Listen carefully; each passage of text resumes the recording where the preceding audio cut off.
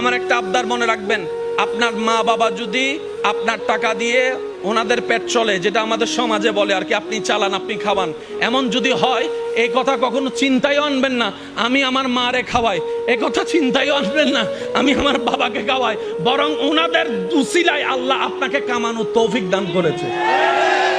মনে রাখবেন, মা বাবার জন্য প্রতি মাসে আপনার সামর্থ্য অনুযায়ী কিছু খরচ রেখে দিবেন।